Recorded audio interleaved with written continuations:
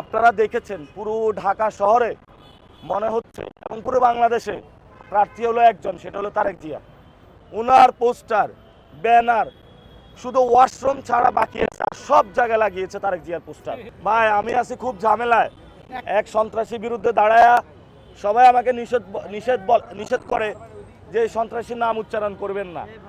এটা মির্জা আব্বাস হোক, তারেক রহমান হোক, কমিশনার কাইয়ুম হোক আর ইশরাক হোক, যে হোক না কেন, আমরা কাউকে ভয় পাই না। বলে যে এটা করলে আমার নাকি ক্ষতি হবে।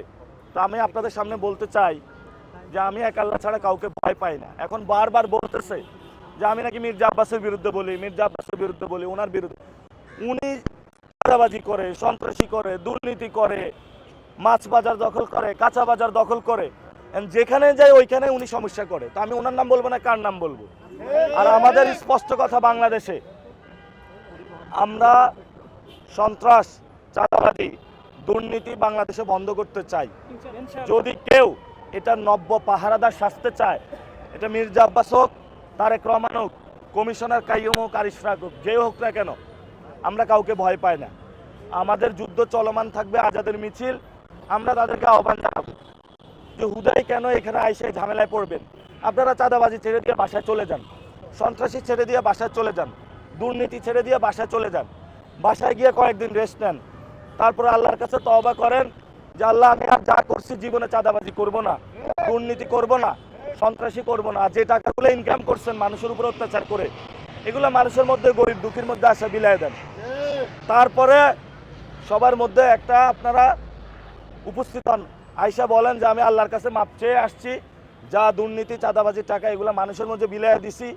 আপনাদের সামনে কান ধরে শপথ করে বলতেছি যে আমি আর চাঁদাবাজি, দুর্নীতি, সন্ত্রাসী বাংলাদেশে করব না, এবার আমার একটা ভোট দিন। এটা ছাড়া বাংলাদেশের মানুষের কাছে তারা কিভাবে ভোট চায়, এটা আমাদের প্রশ্ন রেখে গেলাম আমরা। আপনারা দেখেছেন পুরো ঢাকা শহরে মনে হচ্ছে এবং পুরো বাংলাদেশে প্রার্থী হলো একজন, সেটা হলো তারেক জিয়া। উনার পোস্টার, ব্যানার শুধু ওয়াশরুম ছাড়া বাকি আছে, আর সব জায়গায় লাগিয়েছে তারেক জিয়ার পোস্টার। একভাবে লাগায় ছাত্র দল, একভাবে লাগায় যুব দল, একভাবে লাগায় হলো ওই সমিতি, তারপরে ওই টিচার সমিতি। বাংলাদেশের সব সমিতির এখন একটা কাজ, দেশের কোনো কাজ নাই, তারেক রহমানের পোস্টার লাগানো। ওয়াশরুমটা বাকি আছে, সব জায়গায় তারেক রহমানের ছবি লাগাই দিছে। 17 বছরের ছবি লাগাইতে পারে নাই, ইলেকশনের সময় এসে একসাথে সব লাগিয়ে দিচ্ছে। আমরা আহ্বান জানাবো যে পোস্টারের রাজনীতি বন্ধ করুন। আপনি একটা দলীয় প্রধান, পোস্টারের রাজনীতি করতে হয়। যে পুরান ঢাকায় কি মিলন ভাই ছিল না, পোস্টার মিলন, খাম্বাতে পোস্টার লাগাইতো, ওয়াশরুমে পোস্টার লাগাইতো, যেখানে দেখতাম মিলন ভাইয়ের পোস্টার। এখন যেখানে যায় তারেক ভাইয়ের পোস্টার।